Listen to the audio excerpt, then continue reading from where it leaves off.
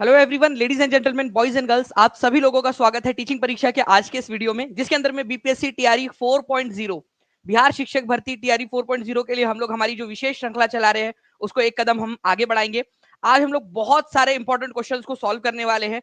पूरा लेक्चर ध्यान से देखिएगा ताकि आप लोगों से कोई भी क्वेश्चन मिस ना हो। एक एक क्वेश्चन इंपॉर्टेंट है आप लोगों के लिए, डायरेक्ट क्वेश्चन जो आप लोगों के एग्जाम के अंदर में पूछे जा सकते हैं। तो चलिए जल्दी से हम लोग हमारे पहले क्वेश्चन की तरफ में आगे बढ़े। लेकिन उससे पहले फ्रेंड्स, मैं यहाँ पर ये पूरा का पूरा सेशन उन सभी बच्चों को समर्पित करना चाहूंगा जो नए साल के अंदर में जो है अपनी पढ़ाई को लेकर यहाँ डेडिकेटेड है, पढ़ाई कर रहे हैं। कल का भी लेक्चर जो है फ्रेंड्स, कल जो मैंने लेक्चर लिया था उसके 50,000 से भी ज्यादा, टू बी स्पेसिफिक 56,000 व्यूज हो चुके हैं। ठीक है, एक दिन के अंदर में आप लोगों ने, मतलब आप लोग इतना ज्यादा पढ़ रहे हो, इतना ज्यादा अच्छे से पढ़ रहे हो आप लोग, ये बहुत अच्छी बात है। ठीक है, तो नेक्स्ट क्वेश्चन की तरफ में हम लोग आगे बढ़ते हैं। आप लोगों ने जितने भी बच्चों ने सेशन को लाइक कर दिया उन सभी लोगों का बहुत बहुत शुक्रिया। ठीक है, आप सभी लोगों को समर्पित, जहां भी शेयर कर सकते हो सेशन को शेयर कर देंगे फ्रेंड, जल्दी जल्दी से। पहला क्वेश्चन आप लोगों की स्क्रीन के ऊपर में ये रहा, जल्दी से बताइए इस पर्टिकुलर क्वेश्चन का आंसर क्या होगा आपका। देखिए, चांद की घाटी, वैली ऑफ मून किसे कहा जाता है ये आप लोगों को बताना था, वैली ऑफ द मून। ठीक है, चलिए पहले ही क्वेश्चन के ऊपर में 1,000 से भी ज्यादा बच्चे हमारे साथ में जुड़ चुके हैं फ्रेंड्स यहाँ पर में। ठीक है, बहुत बढ़िया। तो देखिए, चांद की घाटी, वैली ऑफ द मून जो है फ्रेंड्स, ये कहा जाता है, ठीक है, आटाकामा डेजर्ट को। अब यहाँ पर में हम तो रुकेंगे नहीं, हम तो टीचिंग परीक्षा वाले हैं। ठीक है, आप सब और हम सब लोग मिलकर अपन टीचिंग परीक्षा वाले हैं। अब यहाँ रुक गए तो फिर बात ही क्या। अब बताओ, कालाहारी डेजर्ट जो है वो कौन से महाद्वीप के अंदर में है, गोबी मरुस्थल कौन से महाद्वीप में है, और आटाकामा मरुस्थल कौन से वाले महाद्वीप के अंदर में है। जल्दी जल्दी से, ये क्वेश्चन भी पूछा जा सकता है। अगर मैं कालाहारी डेजर्ट की बात करूं फ्रेंड्स, तो ये अफ्रीका महाद्वीप के अंदर में, टू बी स्पेसिफिक अफ्रीका के दक्षिणी हिस्से के अंदर में है। ठीक है, गोबी मरुस्थल की बात करूं तो ये एशिया के अंदर में है, ये याद रखना है आप लोगों ने। एशिया में भी कहां पर में है, तो मंगोलिया प्लस चाइना में, मंगोलिया और चाइना के अंदर में है, ये याद रखना है, मंगोलिया प्लस चाइना के अंदर में। ये क्वेश्चन आ भी चुका है आप लोगों की बीपीएससी के एग्जाम के अंदर में कि गोबी मरुस्थल कहां पर में। आटाकामा मरुस्थल साउथ अमेरिका महाद्वीप के अंदर में, साउथ अमेरिका। ठीक है, ये याद रखना था आप लोगों ने। और यही आटाकामा डेजर्ट जो है, इसको वैली ऑफ द मून, चांद की घाटी कहा जाता है, वैली ऑफ द मून। ठीक है, आप लोगों को बता दूं फ्रेंड, ये जो आटाकामा डेजर्ट है ना, यहाँ पर बहुत कम बारिश होती है, ज्यादातर समय सूखा रहता है। तो ड्राइएस्ट प्लेस है आप लोगों का, ये याद रखना है आप लोगों ने। ड्राइएस्ट मतलब कि सबसे शुष्क मरुस्थल कौन सा है, सबसे ज्यादा शुष्क। ठीक है, शुष्क का मतलब आपको समझता है ना कि जो सबसे ज्यादा सूखा है, सबसे शुष्क शुष्क मरुस्थल या ड्राइएस्ट डेजर्ट जो है आप लोगों का जो है, ये आप लोगों को मिलेगा आटाकामा डेजर्ट। अच्छा, यहाँ पर मैं एक और मोजावे भी दिया हुआ है, चलिए ये भी बता दीजिए आप लोग, मोजावे डेजर्ट कौन से महाद्वीप के अंदर में है। ये दिया था, ये दिखाई नहीं आप लोगों को नीचे में, ये भी है करके। ठीक है, मोजावे, मोजावे भैया जो है आपने कहा पर में भाई। ठीक है, मोजावे अगर बात करेंगे आप लोगों का, तो मैं आपको बता दूं फ्रेंड्स कि नॉर्थ अमेरिका के अंदर में है ये आपका, नॉर्थ अमेरिका के अंदर में, उत्तरी अमेरिका के अंदर में। ठीक है, नॉर्थ अमेरिका के अंदर में, ये भी याद रख लीजिएगा आप सभी लोग। ओके, चलिए, तो ड्राइएस्ट डेजर्ट है, चिली के अंदर में मिलेगा आप लोगों को। ओके, नेक्स्ट क्वेश्चन की तरफ में हम लोग आगे बढ़ते हैं फ्रेंड्स हमारे, ताकि आप लोग जो है ज्यादा से ज्यादा इस तरीके के जो क्वेश्चंस है, ठीक है, उनको सॉल्व कर सके। मैं आप लोगों को लेकर चलता हूं फ्रेंड्स आप लोगों के नेक्स्ट क्वेश्चन की तरफ में। भारत के संविधान में निम्नलिखित में से किस भाषा को राष्ट्रभाषा का दर्जा दिया गया है। अब देखिए, ये क्वेश्चन जो है ना फ्रेंड्स, इस क्वेश्चन की मदद से मैं आपको इतनी सारी इंफॉर्मेशन देने वाला हूँ, इतनी सारी इंफॉर्मेशन देने वाला हूँ कि आप लोग जो है बहुत अच्छे से कर लेंगे यहाँ पर मैं क्लियर।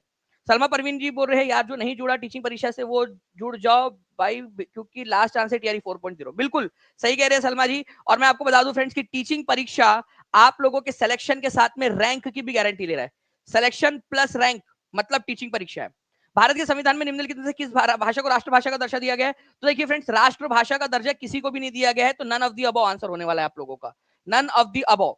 ठीक है, तो ई आंसर होगा आप लोगों का। क्यों ई आंसर होगा ये भी आप लोग समझ लीजिए यहाँ पर में। ठीक है, बड़ा ही इंटरेस्टिंग सा पॉइंट है, ये एग्जाम के अंदर में आता है, काफी सारे बच्चे जो इसको स्किप कर देते हैं। ठीक है, ये आप लोगों की राष्ट्रभाषा नहीं है, आधिकारिक भाषा है। ठीक है, आधिकारिक भाषा। देखो, मैं आपको पूरा का पूरा समझाता हूं, हमारे भारत के अंदर में कोई भी राष्ट्रभाषा नहीं है, आधिकारिक भाषा है। दो, आधिकारिक, ठीक है, आधिकारिक भाषा है। अब ध्यान से समझना कैसे, अगर आप लोग जानना चाहते हो तो मैं पूरा का पूरा आप लोगों को जो है फ्रेंड्स यहाँ पर मैं समझा देता हूँ। ध्यान से समझिए आप लोग, क्या है पूरा का पूरा मामला। देखो, article number 343 sub clause 1, article number 343। ठीक है, आर्टिकल नंबर 343 कहता है कि हमारे भारत की आधिकारिक भाषा क्या होंगी? आधिकारिक भाषा हिंदी होंगी, ठीक है। ऑफिशियल लैंग्वेज या आधिकारिक भाषा, आधिकारिक, आधिकारिक, बहुत इंपॉर्टेंट पॉइंट बता रहा हूं, ये पॉइंट नहीं भूलना, चाहे क्वेश्चन भूल जाओ, ये वाला जो एक्स्ट्रा इन्फॉर्मेशन दे रहा हूं इसको पूरा ध्यान से देखो, ये आप लोगों के लिए अभी सब कुछ है। ऑफिशियल लैंग्वेज क्या है? आधिकारिक या ऑफिशियल लैंग्वेज जो है आप लोगों की फ्रेंड्स, ऑफिशियल लैंग्वेज ये है आप लोगों की हिंदी, ठीक है। हिंदी इन देवनागरी स्क्रिप्ट, देवनागरी, देवनागरी कौन सी वाली स्क्रिप्ट के अंदर में? देवनागरी, देवनागरी मतलब ये वाला जो आपका ये होता है ना, ठीक है, अ आ ई ई आप लोगों का जो है, ठीक है, देवनागरी स्क्रिप्ट के अंदर में इसको एक्सेप्ट किया गया है आर्टिकल नंबर 243 के तहत। 243(1) को अगर मैं पढ़ूं यहां पर मैं एक साथ, ठीक है, जस्ट अ सेकंड, ठीक है, 243(1) को अगर मैं पढ़ूं यहां पर मैं 243(1), 243 सब क्लॉज 1, इसमें बोला गया कि 15 साल तक, 15 ईयर्स तक, मतलब 1950 से लेकर 1965 तक, ठीक है, 1950 से 1965 तक हिंदी के साथ में इंग्लिश भी आधिकारिक भाषा रहेंगी, हिंदी के साथ में इंग्लिश भी। मतलब इंग्लिश को कितने साल के लिए आधिकारिक भाषा बनाया गया था भाइयों? इंग्लिश को कितने साल के लिए बनाया गया था? केवल और केवल 15 साल के लिए, ठीक है, केवल 15 साल के लिए, 1950 से 1965 तक की इंग्लिश जो है वो भी एसोसिएट ऑफिशियल लैंग्वेज रहेगी। क्या रहेंगी? Associate official language. ये क्वेश्चन DSSB के अंदर में आया था कि एसोसिएट ऑफिशियल लैंग्वेज क्या है, DSSB PRT 2018 में। मैं टीम से रिक्वेस्ट करूंगा कि इफ पॉसिबल अगर आपको क्वेश्चन मिल जाए तो प्लीज लगा भी दीजिएगा। एसोसिएट ऑफिशियल लैंग्वेज कौन सी है भारत की? हिंदी ऑफिशियल लैंग्वेज है। एसोसिएट ऑफिशियल लैंग्वेज, ठीक है, सह आधिकारिक भाषा कौन सी है? वो है आप लोगों की इंग्लिश, ठीक है। 15 साल तक के लिए थी, लेकिन 1965 के अंदर में एक राष्ट्रपति ने जो है एक नोटिफिकेशन निकाला कि अगले आदेश तक इंग्लिश जो है वो कंटिन्यू करते रहेंगी, इंग्लिश विल कंटिन्यू अगले आदेश तक, जब तक नया आदेश नहीं निकाला जाता इंग्लिश भी आधिकारिक भाषा के रूप में जो है वो कंटिन्यू करेंगी। तो अतिरिक्त आधिकारिक भाषा के रूप में इंग्लिश कंटिन्यू करेंगी कब तक? जब तक कि नया वाला आदेश नहीं निकाला जाता। ये समझ में आया क्या? हाथ ऊपर करो जल्दी जल्दी से। और सभी लोग जितने भी बच्चे, अगर आपको लग रहा है कि भाई आपको काम की जानकारी दी, आपकी एग्जाम स्पेसिफिक इन्फॉर्मेशन दिया है, ठीक है, तो सभी बच्चे सेशन को लाइक कर देंगे। 7 मिनट के अंदर में 2500 से ज्यादा बच्चे यहाँ पर में जुड़ चुके हैं, ठीक है, केवल 7 मिनट के अंदर में। ये दिखा रहा है टीचिंग परीक्षा की क्वालिटी, ठीक है, टीचिंग परीक्षा के बच्चों का जो है सिलेक्शन और अपने पढ़ाई के प्रति जुनून, ठीक है। तो ये एक हुजूम लगा हुआ है आप लोगों का, एक यहाँ पर में सिलेक्शन लेने वाले बच्चों का, जो सिलेक्शन के साथ में रैंक लेने वाले बच्चे हैं ना, ये आप लोग हो। ये पूरी की पूरी जो भीड़ आपको दिख रही है, ये वो लोग हैं जो सिलेक्शन लेने वाले हैं, ये वो लोग हैं जो आगे बढ़ने वाले हैं। तो कॉन्ग्रेचुलेशन आप सभी लोगों को भी, ठीक है। तो ये पूरा का पूरा समझ में आ गया आप लोगों का, ठीक है। चलिए आगे मैं आप लोगों को और भी जो है फ्रेंड्स क्वेश्चंस के माध्यम से मैं इसको समझाता रहूंगा। तो राष्ट्रभाषा नहीं है कोई भी, आधिकारिक भाषा है हिंदी। नेक्स्ट, संविधान सभा ने संविधान को अंगीकार किया था कौन से जो है इसमें? जल्दी बताइए आप लोग। सिलेक्शन मतलब टीचिंग परीक्षा, SNG बोल रहे हैं, बिल्कुल सिलेक्शन मतलब टीचिंग परीक्षा है।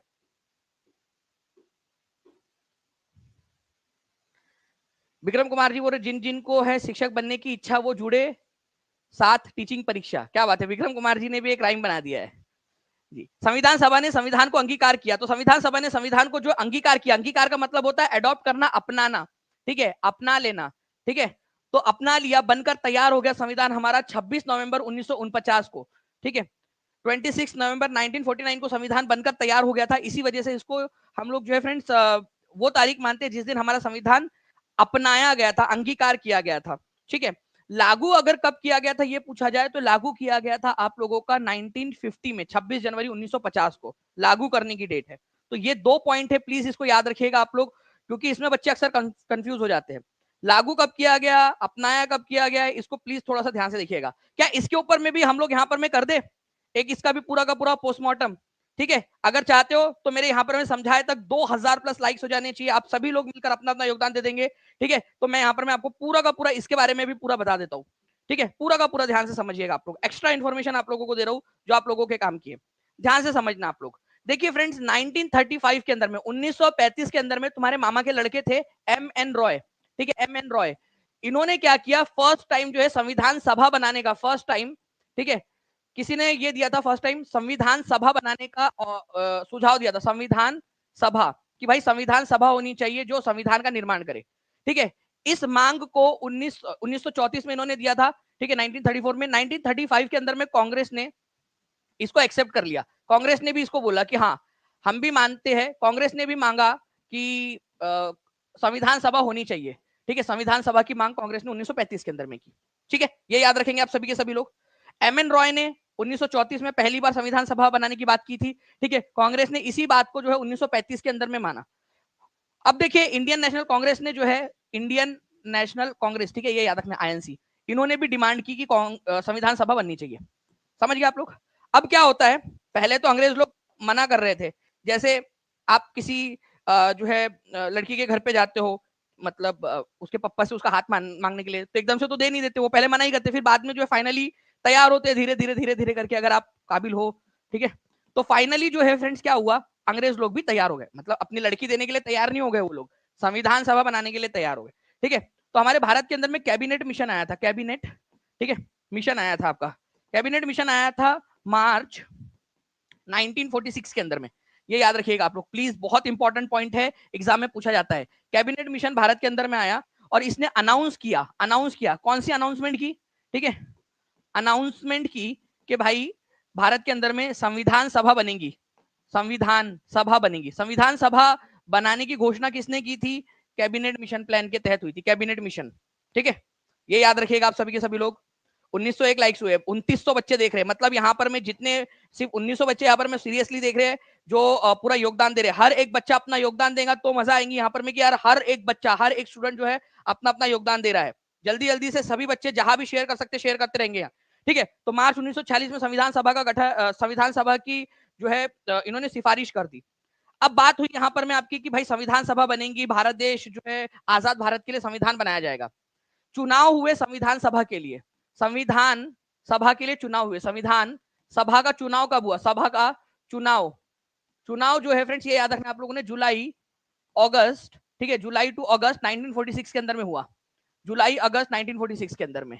संविधान सभा का गठन कब हुआ, संविधान सभा का चुनाव हो गया, लोग चुन गए, ठीक है, संविधान सभा का गठन, ठीक है, गठन मतलब ऑफिशियल नोटिफिकेशन जारी किया गया, संविधान सभा का गठन हुआ 6 दिसंबर, ठीक है, 1946 को, ठीक है। और इसकी जो पहली बैठक थी संविधान सभा की, फर्स्ट बैठक, ठीक है, अगर ये पूछ लिया जाए संविधान सभा की पहली बैठक, फर्स्ट मीटिंग ये कब हुई थी, ये हुई थी 9 दिसंबर को 1946 के अंदर में। ये पूरी की पूरी कहानी है। देखो ये जो मैं आपको पॉइंट बता रहा हूं ना, एक एक पॉइंट ये बहुत इंपॉर्टेंट है। जो बच्चा लेक्चर ध्यान से देखेगा उसका फायदा होगा। इसी तरीके से हम लोग टीचिंग परीक्षा के जो ऐप है उसके अंदर में भी पढ़ने वाले, इससे भी ज्यादा डिटेल में और इससे भी ज्यादा मजेदार तरीके से एक एक पॉइंट पे क्वेश्चन कराऊंगा। चुनाव कब हुआ, गठन कब हुआ, मतलब जब हम ऐप में पढ़ते हैं तो ऐप के अंदर में टीचिंग परीक्षा के कोर्स के अंदर में हम लोग एक एक पॉइंट जो पढ़ाता है उसके ऊपर में क्वेश्चंस भी करते हैं हम लोग, ठीक है। उससे क्या होता है, आपको ज्यादा बेहतर तरीके से चीजें याद हो पाती है। ओके, तो आप लोगों ने जो है फ्रेंड्स इस पर भी ध्यान देना है, ठीक है, कि आप लोग क्वेश्चंस को भी सॉल्व करते रहे इसके ऊपर।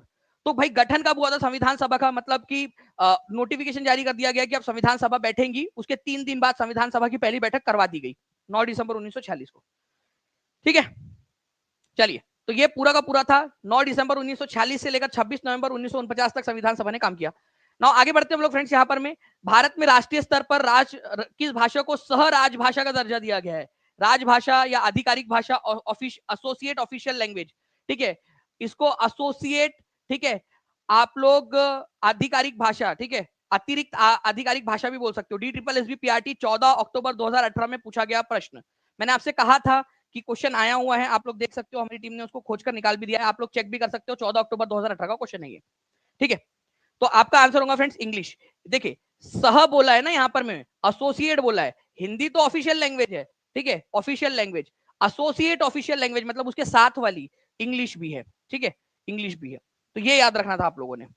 जितने बच्चों ने स्टार्टिंग से लेक्चर देखा है वो बच्चा इस क्वेश्चन को समझ गया होगा, इसीलिए कह रहा हूं आप लोगों से पूरा लेक्चर देखिएगा, देखिए आप लोग चैनल को सब्सक्राइब कर लीजिए, ठीक है, ताकि आपको सारे के सारे नोटिफिकेशन मिल सके। और इसी के साथ में आपसे कहना चाहूंगा कि जो बच्चा टीचिंग परीक्षा के साथ में जुड़ना चाहता है, अभी भी मौका है, नीचे में नंबर चल रहा है, उस नंबर पर कॉल या व्हाट्सएप कर दीजिए, या टीचिंग परीक्षा के एप्लीकेशन पर जाकर टीचिंग परीक्षा के 4.0 कोर्स, TRE 4.0 कोर्स के साथ में जुड़कर अपने सपनों को साकार करिए आप लोग, ठीक है।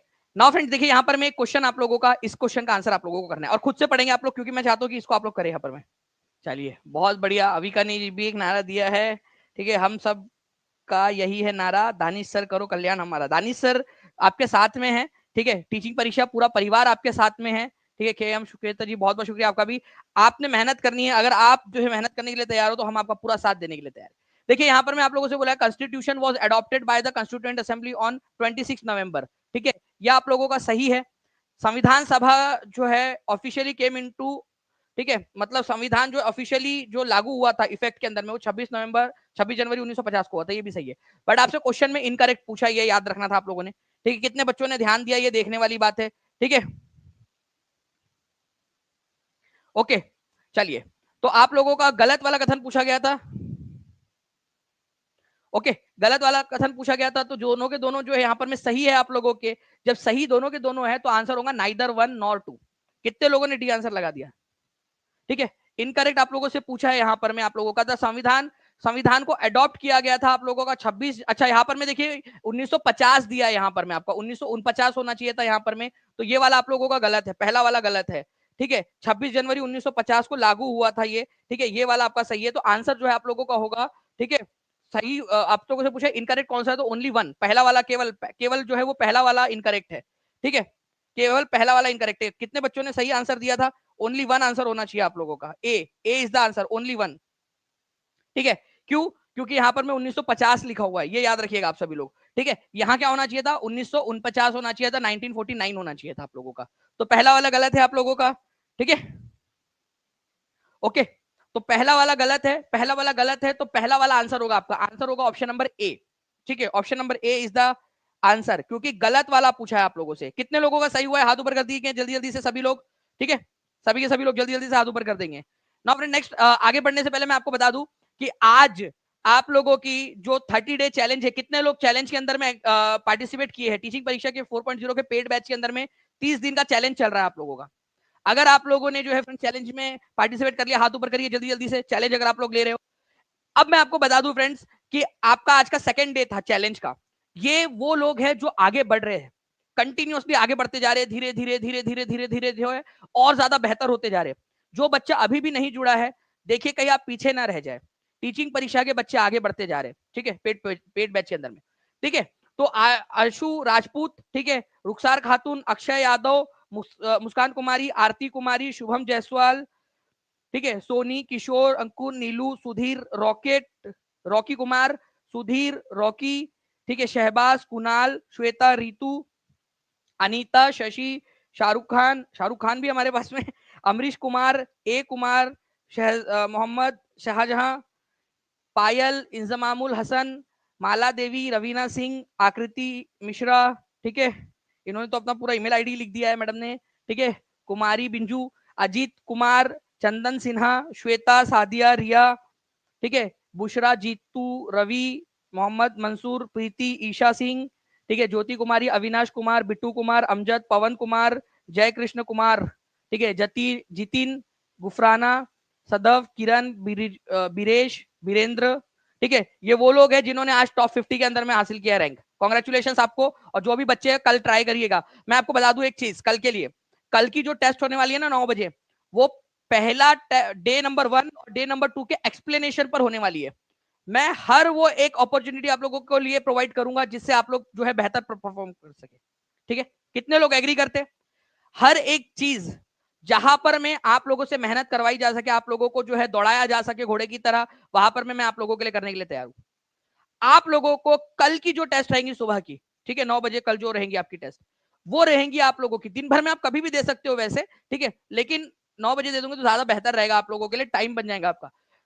आपको बता दूं, पहला दिन और दूसरा दिन के जो एक्सप्लेनेशन पर बेस्ड रहेंगी, ताकि आप लोग पढ़कर आए, कल एक्सप्लेनेशन पढ़कर आए, पहला दिन का और दूसरे दिन का। कितने लोग मानते हैं कि ये सही स्ट्रेटेजी, हाथ ऊपर करके बताओ जल्दी जल्दी से, ठीक है। कितने लोग मानते हैं कि सही स्ट्रेटेजी है ये, इससे आप लोग जो है कम से कम पढ़कर आओगे, है ना। चलिए, तो जितने भी लोग हैं पढ़कर आइएगा कल। नाउ फ्रेंड देखिए, कौन सी विश्व की सर्वाधिक गहरी झील है ये बताना है आप लोगों ने। 2461 लाइक्स हो चुके हैं, ठीक है, 2500 के बहुत पास हम लोग पहुंच चुके हैं। जल्दी जल्दी से सभी लोग लाइक एंड शेयर करते रहेंगे सेशन को। फी कितनी है? बहुत कम है। सीमा परवीन जी, आप जो नंबर चल रहा है ना उस पर कॉल कर सकते हैं या व्हाट्सएप कर दीजिए, कॉल या व्हाट्सएप, या टीचिंग परीक्षा एप्लीकेशन पर डायरेक्ट जाके भी आप देख सकते हो, ठीक है। देखिए फ्रेंड्स, यहाँ पर में कौन सी विश्व की सर्वाधिक गहरी झील है, तो सबसे गहरी झील जो है वो है लेक बैकाल। ये आप लोगों ने याद रखना है, लेक बैकाल सबसे गहरी झील है पूरे दुनिया की, ठीक है। अच्छा, ये कहां पर में है ये लेक बैकाल? आप लोगों का ये भी क्वेश्चन आप लोगों से पूछा जा सकता है। तो लेक बैकाल आप लोगों को याद रखना है फ्रेंड्स, ये आप लोगों को मिलेंगी रशिया के अंदर में, ठीक है, रशिया के अंदर में सबसे गहरी झील है ये, ओके, लेक बैकाल। इसकी गहराई जो है वो 1642 जो है मीटर के करीब है इसकी, ठीक है, झील के मामले में बात कर रहे हैं, ओके, लेक बैकाल सबसे गहरी झील है, ओके। चलिए नाउ फ्रेंड्स, आप लोग देखिए यहाँ पर में ये रशिया के अंदर में मिलेंगे आप लोगों को लेक बैकाल, ओके, यहाँ पर में सबसे गहरी झील है। इसके बारे में 2-3 चीजें और है, अगर आप लोग यहाँ पर में जानना चाहते हो तो मेरे को हाथ ऊपर करके बताइए कि जी सर बता दीजिए, मैं आप लोगों को यहाँ पर मैं एक्सप्लेन कर देता हूँ, ठीक है। 2-3 चीजें और है, अगर आप लोग जानना चाहो तो मैं बता सकता हूँ आप लोगों को। देखिए फ्रेंड्स, अगर आप लोगों से बोले कि दुनिया की सबसे बड़ी जो है फ्रेश वाटर झील कौन सी है, सबसे बड़ी, ठीक है, मीठे पानी की झील कौन सी है, तो आप लोग आंसर क्या करोगे? आप लोग वहां पर मैं पूछोगे कि कौन से पैमाने के ऊपर में पूछा जा रहा है, पैमाना क्या एरिया वाइज पूछा जा रहा है, क्षेत्रफल के आधार पर, या फिर वॉल्यूम के आधार पर पूछा जा रहा है, आप वहां पर मैं ये क्वेश्चन करोगे, ठीक है। तो फ्रेश वाटर लेक, ठीक है, यहां पर मैं लिख देता हूं आप लोगों के लिए ताकि आप लोग इस क्वेश्चन को हमेशा के लिए याद कर ले, फ्रेश वाटर लेक, ठीक है। अगर आप लोगों से पूछा जाए कि सबसे बड़ी फ्रेश वाटर लेक कौन सी है, मीठे पानी की झील कौन सी है, तो आप पूछोगे कि सर एरिया के हिसाब से पूछ रहे हो, मतलब क्षेत्रफल के हिसाब से, ठीक है, क्षेत्रफल, या फिर आप वॉल्यूम मतलब आयतन के हिसाब से पूछ रहे हो, वॉल्यूम मतलब आयतन, आयतन मतलब कितना पानी है उसके अंदर में, उसके हिसाब से पूछ रहे हो। तो अगर सरफेस एरिया के हिसाब से पूछा जाए आप लोगों से, तो आप लोगों का जो आंसर है वो हो जाएगा आप लोगों का लेक सुपेरियर, लेक सुपेरियर जो नॉर्थ अमेरिका के अंदर में, लेक सुपेरियर, ठीक है, लेक सुपेरियर आंसर हो जाएगा आप लोगों का। लेकिन अगर आप लोगों से वॉल्यूम के हिसाब से पूछा जाए कि पानी सबसे ज्यादा मीठा पानी कौन से झील में है, तो वो आंसर हो जाएगा लेक बैकाल, लेक बैकाल।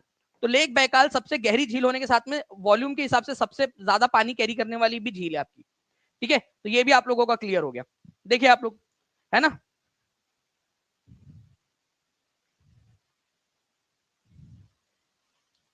चलिए क्या बात है, बहुत बढ़िया। अशोक कुमार ओझा जी ने भी यहाँ पर में बनाया, जिसके मन में टीचिंग टीचर बनने की इच्छा वो जुड़ेगा, ठीक है, खाली टीचिंग परीक्षा, क्या बात है, बहुत बढ़िया।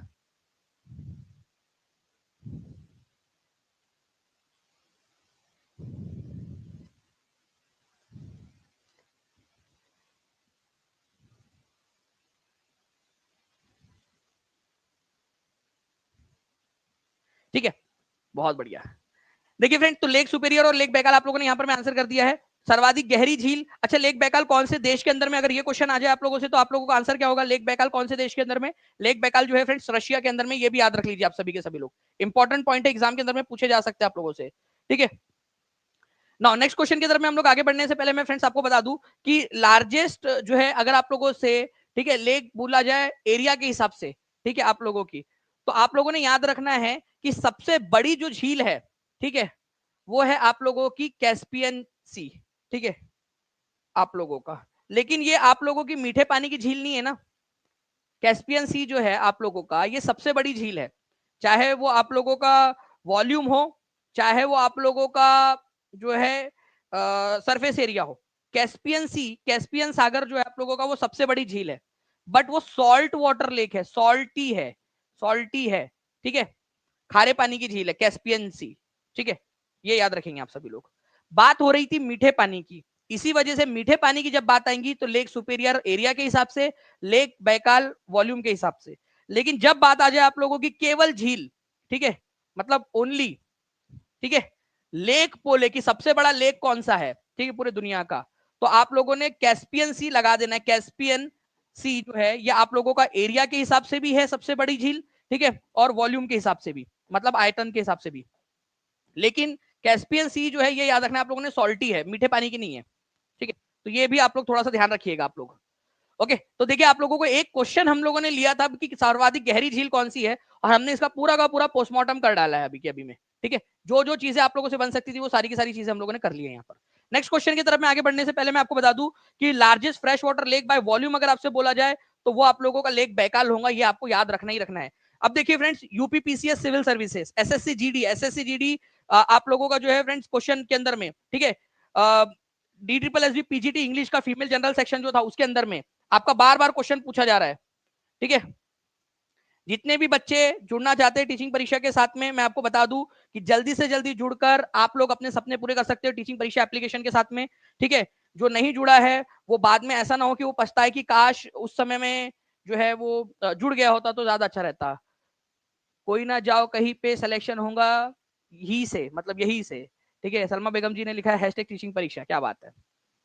देखिए फ्रेंड्स, दुनिया की सबसे पुरानी और सबसे गहरी झील कौन सी है?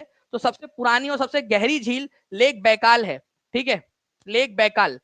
ओके, वो एक शेर था फ्रेंड्स, आप लोगों को मैंने ऑलरेडी पहले भी बताया हुआ था, काफी लंबा समय हो गया सुनाया नहीं आप लोगों को, काफी नए बच्चे भी जुड़े हुए होंगे, उनको बता दूं कि अगर आप लोगों को मान लो किसी की तारीफ करनी है तो आप उसको बोल देना कि तुम्हारी जो आंखें है वो बैकाल झील की तरह है। ठीक है, बैकाल आंखें है तुम्हारी। पहले तो वो नाराज हो जाएंगी, बैकाल थोड़ा सा शब्द अच्छा नहीं लगता सुनने में, फिर उसको समझाना कि दानिश सर की क्लास देखो करके, उसको मतलब दानिश सर की क्लास दिखाना उसको। ठीक है, आप ये वाला शेर भी उसको बोल सकते हो कि ना मैं पर्वत, ना मैं पर्वत की ऊंचाई से डरता हूँ, ना मैं शजर, ना मैं शाखों की लंबाई से डरता हूँ, समंदर पार करना तो चुटकियों का काम है, पर तेरी झील सी आंखों की गहराई से डरता हूँ। तो तेरी झील सी आंखों की गहराई से, तो सबसे गहरी लेक कौन सी है? बैकाल लेक है। तो बैकाल लेक जैसी तेरी आंखें, ऐसा बोल देना उसको। ठीक है, खुश हो जाएंगे, अगर पढ़ी लिखी लड़की पढ़ी लिखी होंगी तो खुश हो जाएंगे। ठीक है, क्लास देख रही होंगी दानिश सर की। ठीक है, चलिए आ जाइए फ्रेंड्स, लेक बैकाल जो है सबसे गहरी। चलिए, आई होप अब आप लोगों को आगे होगा फ्रेंड्स यहाँ पर में। ठीक है, जल्दी जल्दी से बता दीजिए आप लोग।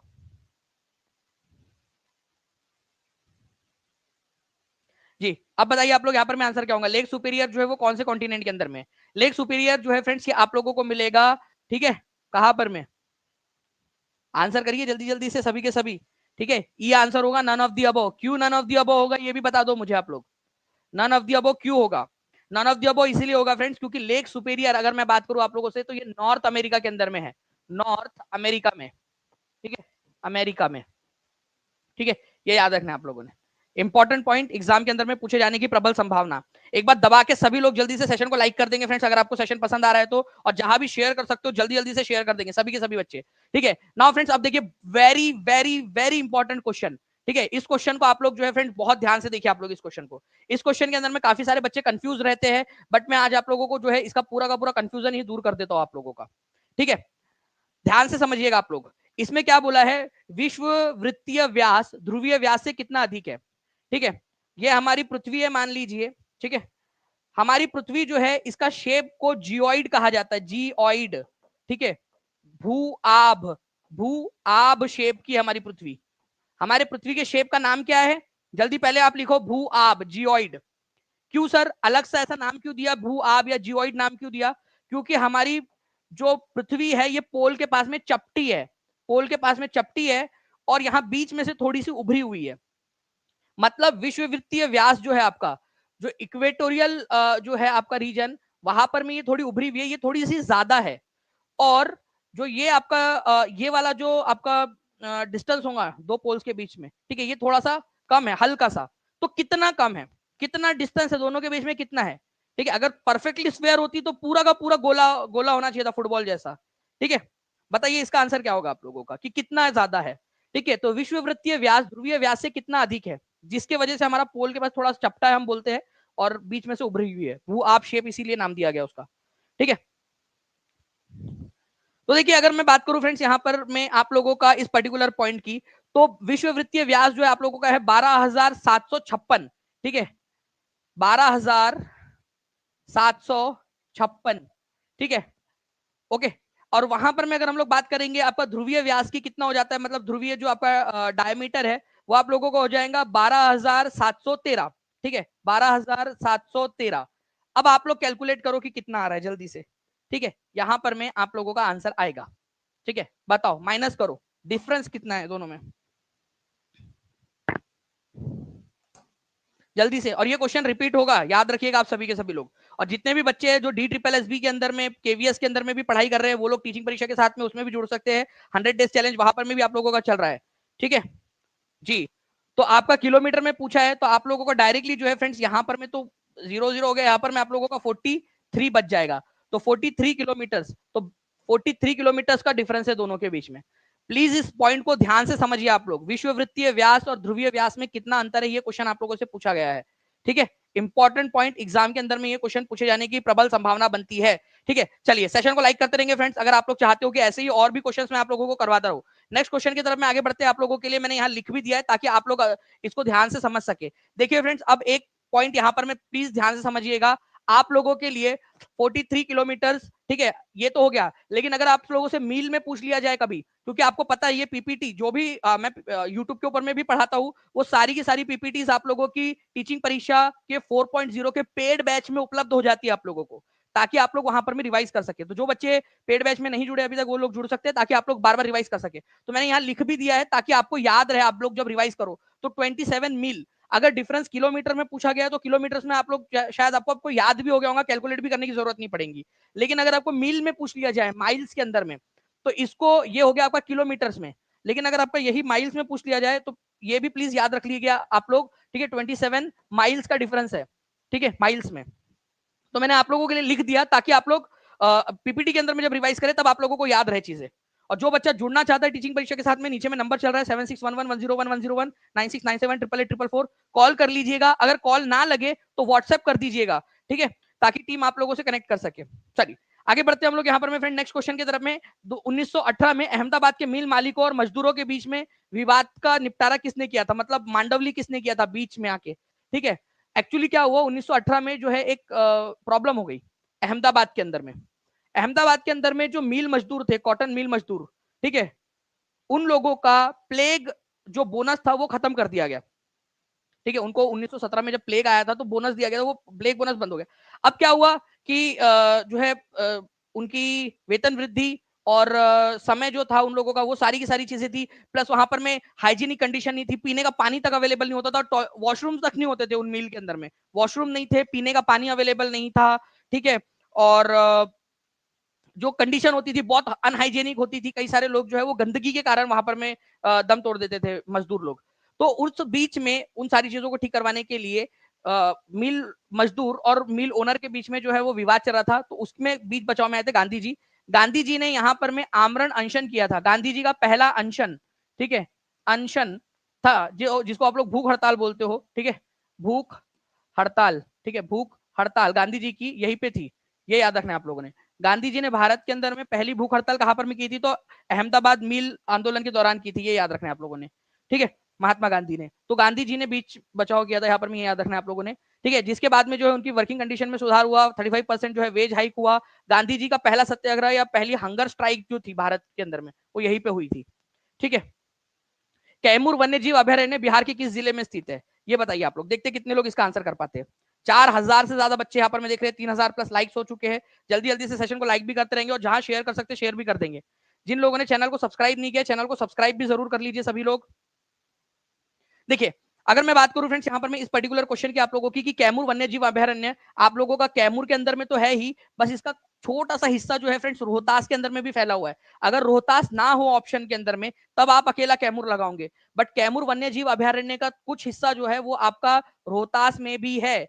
जितने भी टीचिंग परीक्षा के पेड स्टूडेंट है उन लोगों को हमने जो है एक मैप प्रोवाइड किया है, एचडी मैप, ठीक है, हाई क्वालिटी मैप्स आपको प्रोवाइड किया है। उसके अंदर में अगर आप लोग देखोगे, ठीक है, यहाँ पर मैं आप लोग देखिए कि आपका कैमूर है जिसको भभुआ भी आप लोग बोलते हो, और ये है रोहतास, ओके। तो आप लोगों के लिए इसको अब यहाँ पर मैं समझना थोड़ा आसान हो जाएगा कि कैमूर वन्यजीव अभयारण्य, ठीक है, भभुआ कैमूर में और कुछ हिस्सा इसका रोहतास के अंदर में भी है।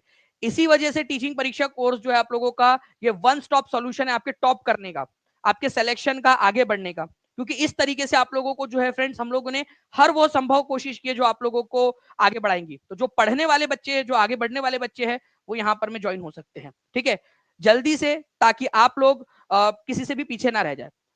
तो राष्ट्रीय उद्यान वन्यजीव अभयारण्य पक्षी अभयारण्य की पूरी आप लोगों को टीचिंग परीक्षा एप्लीकेशन के अंदर में एचडी में और इसके ऊपर में बेस्ट क्वेश्चन भी प्रोवाइड कर दिए। सबसे बेस्ट पार्ट इमेज और उसके ऊपर में बेस्ट क्वेश्चन भी आपको दिया गया है, क्वेश्चंस भी दिए गए। 1937 में बिहार में पहला भारतीय मंत्रालय किसके नेतृत्व में अस्तित्व में आया था, 63वीं बीपीएससी का क्वेश्चन है। केवल 10 सेकंड दूंगा इस क्वेश्चन के लिए आप लोगों को, ठीक है, केवल 10 सेकंड के अंदर में, ठीक है। 3099 लाइक्स हो चुके, एक लाइक दूर है 3100 से, ठीक है, ठीक है। सुमन फॉर शॉर्ट जी आप जो है वो एक बार नंबर के ऊपर में कॉल कर दीजिए, टीम आपकी बिल्कुल मदद कर देंगी जी। तो मोहम्मद यूनुस जो है फ्रेंड्स, ये याद रखना है आप लोगों ने। लेकिन सबसे ज्यादा सीट किसकी आई थी ये भी मेरे को कमेंट करके बताइए आप लोग, ठीक है। बिहार के अंदर में 1937 के चुनाव के अंदर में सबसे ज्यादा सीटें कौन सी जो है पार्टी थी उसकी आई थी, ये बताइए, ओके। तो देखिए फ्रेंड्स, जो पहले चीफ मिनिस्टर या पहले प्रीमियर जो बने थे या प्राइम मिनिस्टर बने थे वो मोहम्मद यूनुस थे, लेकिन सबसे ज्यादा सीट आई थी वो कांग्रेस की आई थी। ठीक है, इंडियन नेशनल कांग्रेस की सीट आई थी, ये भी याद रखना है। दूसरे नंबर पे फिर जो बने वो श्री कृष्ण सिंह बने थे, ठीक है, वो दूसरे नंबर पे बने। कांग्रेस की सबसे ज्यादा सीटें आई थी 98 सीट्स, ठीक है। पेड क्लास के अंदर मैंने पूरा का पूरा पढ़ाया है आप लोगों को, और आगे में भी मैं आप लोगों को जो है पूरा का पूरा इस तरीके से करवाने वाला हूँ, डोंट वरी, ठीक है। चलिए नाउ फ्रेंड, नेक्स्ट क्वेश्चन की तरफ मैं आगे बढ़ते हैं। किसने सबसे बड़े पैमाने पर सोने के सिक्के जारी किए? 64वीं बीपीएससी का क्वेश्चन है, ठीक है। भारत के अंदर में सोने के सिक्के बड़े पैमाने पर जारी करने का श्रेय किसको दिया जाता है? पुष्यमित्र शुंग, मेनेंडर, वीमा काडफिसेस, गौतमीपुत्र सतकर्णी, या more than one of the above? देखिए वीमा काडफिसेस जो है ये तुम्हारे चचा का लड़का, ठीक है, ये आपका कुषाण वंश का राजा था, कुषाण, ठीक है, कुषाण वंश का राजा था वीमा काडफिसेस, ठीक है। इसने क्या किया था फ्रेंड्स? सोने के सिक्के बड़े पैमाने के ऊपर में जारी किए, तो आंसर इसका ऑप्शन नंबर सी होगा, सोने के सिक्के। अदरवाइज भारत के अंदर में सोने के सिक्के का इतना चलन नहीं था, ठीक है, वीमा काडफिसेस से पहले, ठीक है। तो वीमा काडफिसेस कुषाण वंश का राजा था, और बहुत सारे सोने के सिक्के जो है फ्रेंड्स इनके समय में, कुषाण वंश के समय के हमारे को उत्तर भारत में मिलते हैं, ठीक है। जो गोल्ड कॉइन्स थे फ्रेंड्स उनको गोल्ड दिनार या सुवर्णास कहा जाता था। रोमन डिनेरियस, रोमन रोमन समय काल के अंदर में जो सोने के सिक्के थे उनको डिनेरियस बोलते थे, तो उन्हीं के नाम पर हमारे भारत के अंदर में भी कई बार सोने के सिक्के को दिनार बोल दिया जाता था, ये याद रखना है आप लोगों ने।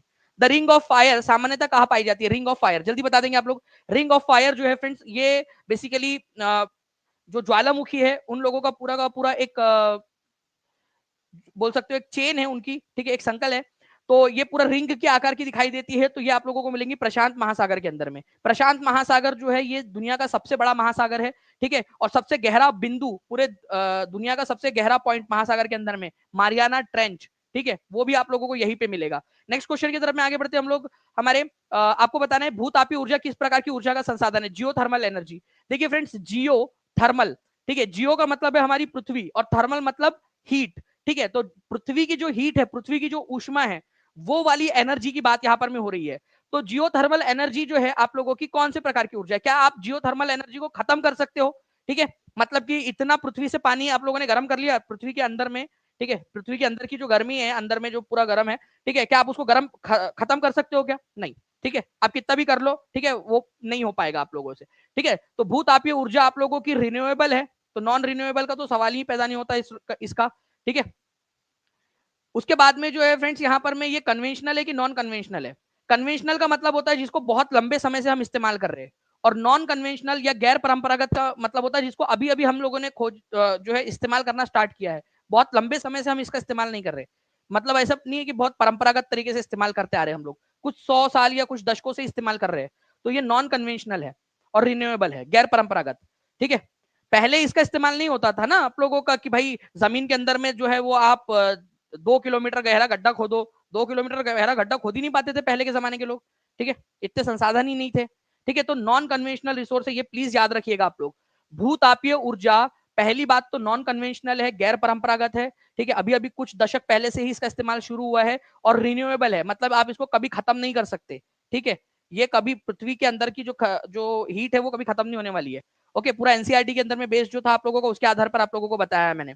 इसी के साथ में मैं आपको बता दूं फ्रेंड्स कि आप लोगों का जितने भी बच्चे जो लोग जुड़ना चाहते हैं टीचिंग परीक्षा के साथ में, ठीक है, 7611101101 इस नंबर पे, या 9697888844 इस नंबर पे कॉल कर लीजिए या व्हाट्सएप कर लीजिए। अगर कॉल ना लगे तो व्हाट्सएप कर लीजिएगा, आप व्हाट्सएप कर दीजिएगा, टीम आपकी मदद कर देंगी। और जितना जल्दी आप लोग जुड़ोगे उतना ज्यादा लंबा समय तक आपके पास में कोर्स रहेगा।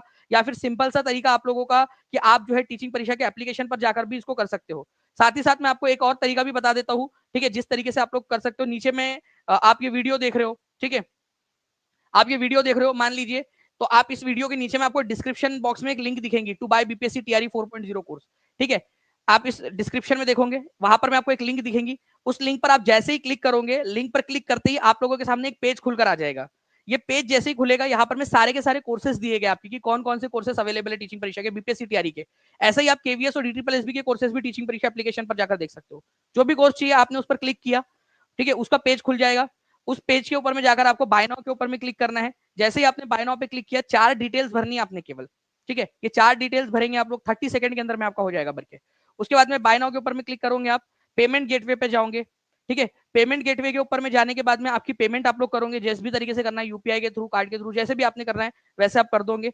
जैसे ही आपने पेमेंट की, ठीक है, पेमेंट जैसे ही सक्सेसफुल होगी वैसे ही आपके अकाउंट के अंदर में, आपके ऐप में कोर्स ऐड हो चुका होगा। इतना आसान है ये, इतना ज्यादा आसान, ठीक है, तो आप सभी लोग जुड़ सकते हैं और इतना कम प्राइस है कि आप के सिलेक्शन होने के बाद में आप इससे कई, ठीक है, जो है कोर्स खरीद सकते हो आप। ओके, इतना इतना सस्ता है।